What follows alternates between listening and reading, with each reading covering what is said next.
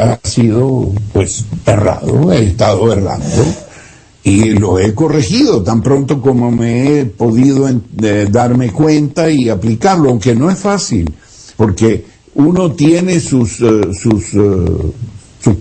prejuicios, son mucho más fuertes que las opiniones de otras personas y que inclusive el enemigo. Uno mismo es uno de los más grandes enemigos que puede tener. No sé si te está llegando bien el sonido, Donizetti. Todo perfecto, Carlos, sin querer interrumpirlo. Ahora permítame solamente precisar algo para que a los oyentes les quede bien claro y también a los directivos de las estaciones que gentilmente nos retransmiten. El propósito siempre de hacer estos estudios es simplemente de carácter educativo, es un propósito o un fin educativo, y la idea es dar luz sobre temas que pueden ser difíciles, que la gente entienda que el cristianismo, antes que un sistema religioso, es una relación, es una comunión íntima con Dios, y tratamos de entender mejor la Biblia, que es la palabra de Dios. Y cuando se hablaba de los diezmos y Carlos decía, bien sea que dijera X, Y o Z, cualquiera que sea su opinión, si 10, si 15, si 20, hay algo que es muy claro y en esto concordamos todos. Y es que estamos viviendo el periodo de la gracia, no estamos en el periodo de la ley, y en ningún momento alguien puede decir, ay, Carlos dijo que eso era de la ley, entonces estoy eximido. De ninguna manera. Más bien, tenemos que ver a través de la Biblia que las afugias económicas que viven muchas personas y el atraso económico que viven muchas personas es precisamente porque no hemos aprendido la ley espiritual de la siembra y la cosecha. Entonces nosotros a veces creemos que si somos vivos nos va a ir mejor, y somos unos vivos bobos, porque pensando que al retener tenemos más, pero cuanto más retenemos, más pobres somos. Y cuando la persona no da para el Señor y no lo hace con gozo y alegría, entonces la persona no está cosechando nada, y lo que está aspirando es a miseria. El mismo caso de Carlos, si usted llegara, por ejemplo, a pensar, pero don Carlos entonces habla del diezmo como algo de la ley, pues yo le tengo que decir algo que él no lo va a decir por su humildad, pero yo le tengo que decir a ustedes que él ha dado el 100% de lo que tenía prácticamente, porque él tenía un cargo ejecutivo muy importante en Venezuela, después del dueño, era la máxima autoridad en unos almacenes muy importantes en la República de Venezuela, era la autoridad máxima en ese lugar, ganándose un salario espectacular a tal punto que cuando Carlos se retira porque se dedica a tiempo completo a servir al Señor, el mismo dueño le dijo, ¿cuánto quiere ganarse? Diga lo que usted quiera. Es decir, que Carlos en este momento pudiera tener una casa de verano en Barcelona, otra casa de verano en Miami, otra casa en la isla de Margarita, darse la vida que quisiera, pudiera haberse comprado un yate y tener a su familia muy bien, pero decidió entregarse a la obra del Señor, servir al Señor, y aún el dinero que él tenía de su propio trabajo lo ha invertido para la obra de Dios, porque él no es de las personas que dicen, manden ofrendas, estamos recibiendo ofrendas, siempre hago un pacto con Carlos Fuchano, la Sociedad Bíblica, ayúdenos a distribuir la Biblia. Y se han visto en momentos difíciles que, por ejemplo, han terminado una edición de la Biblia y no hay un centavo con qué mandar a imprimirla. Entonces aquí tenemos la Biblia y listo, ¿y cómo la imprimimos si no tenemos dinero?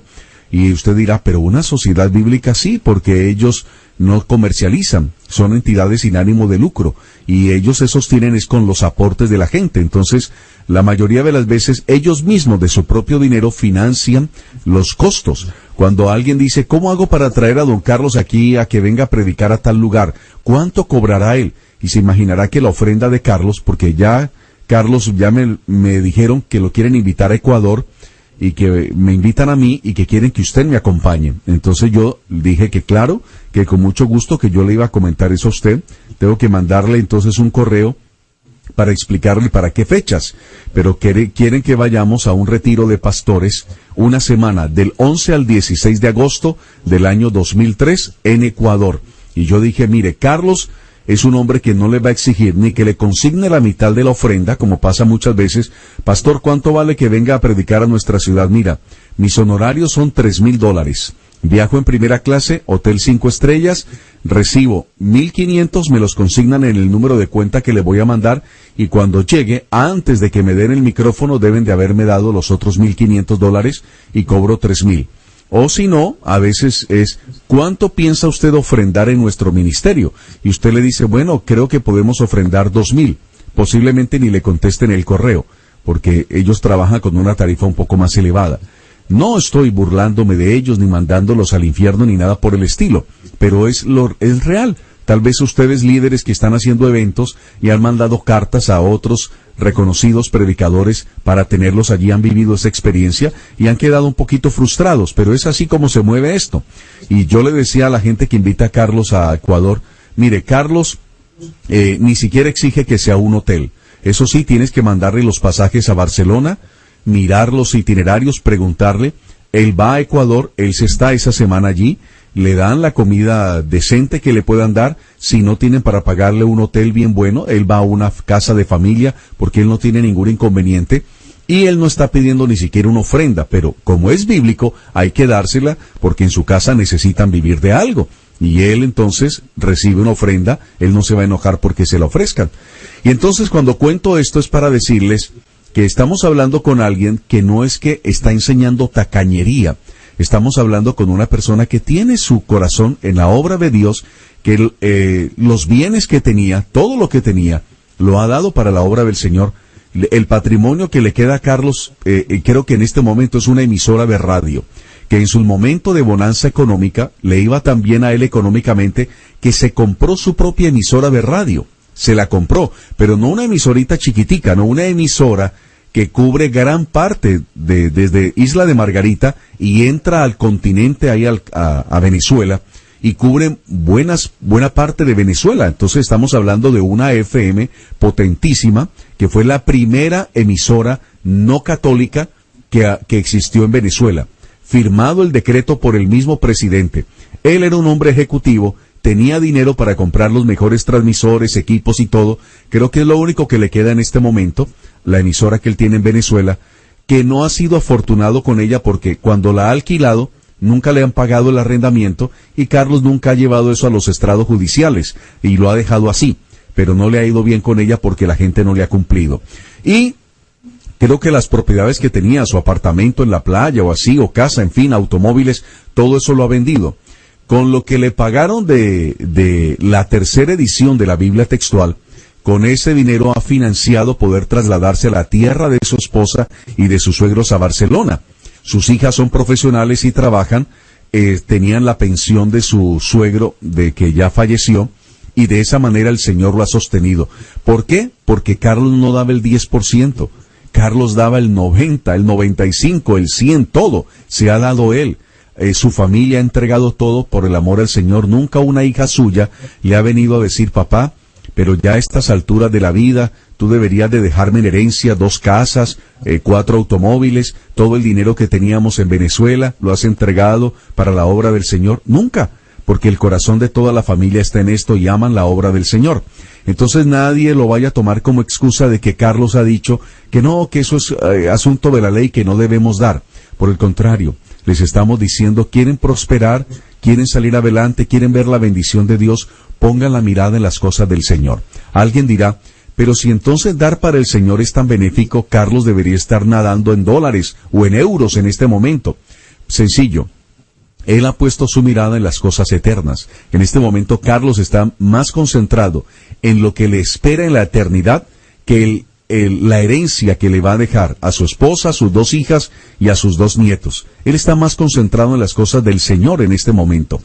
Y sí, él pudiera perfectamente cobrar como teólogo, como expositor, como conferencista, vender sus libros, pero siempre me dice, esto es gratis, Don, y no vamos a cobrar ni un centavo. Y yo le he dicho, jamás vamos a cobrar por esto, y el que lo pida se lo regalamos, y nunca. No es que le decimos a ustedes disimuladamente, le regalamos estos libros, pero envíenos una siembra. Nada. Usted no tiene que mandar nada, todo esto se regala.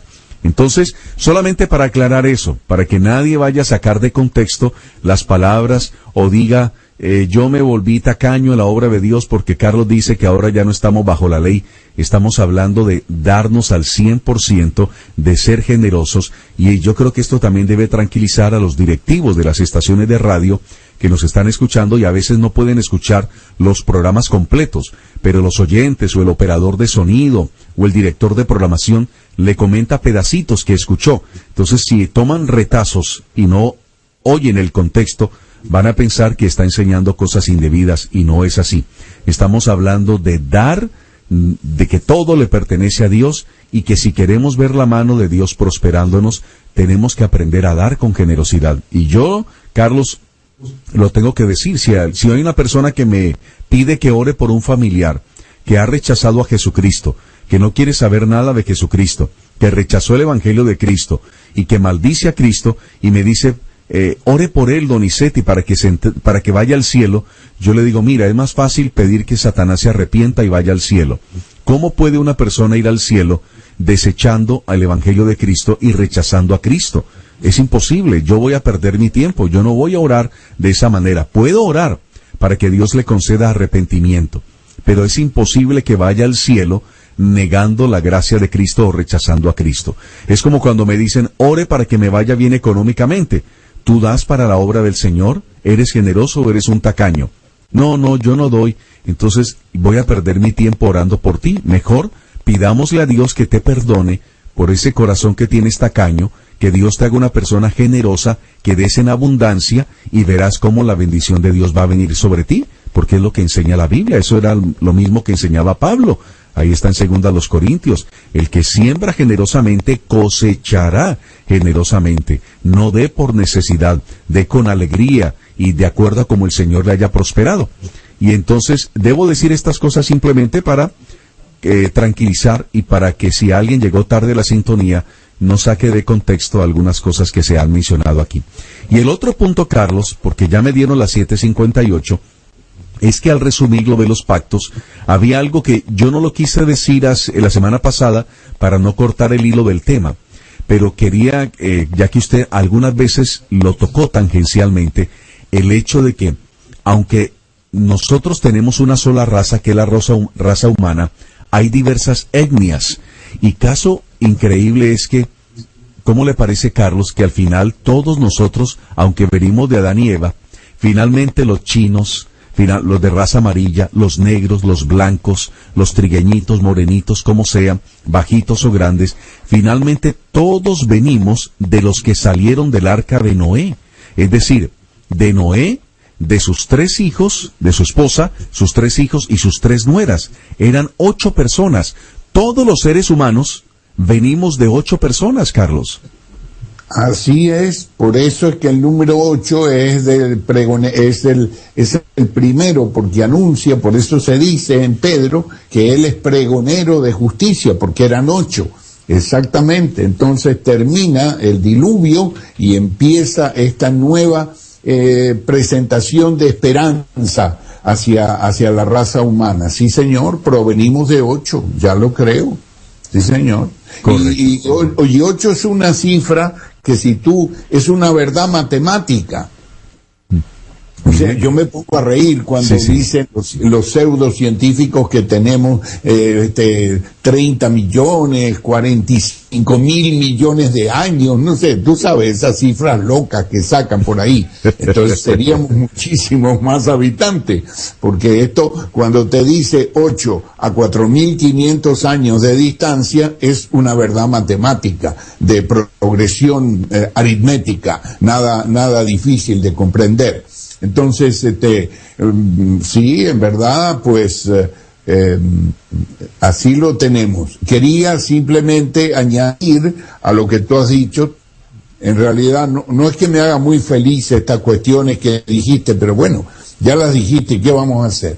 Porque no sepa tu derecha lo que hace tu izquierda. Sí. Eso también lo dice el Señor.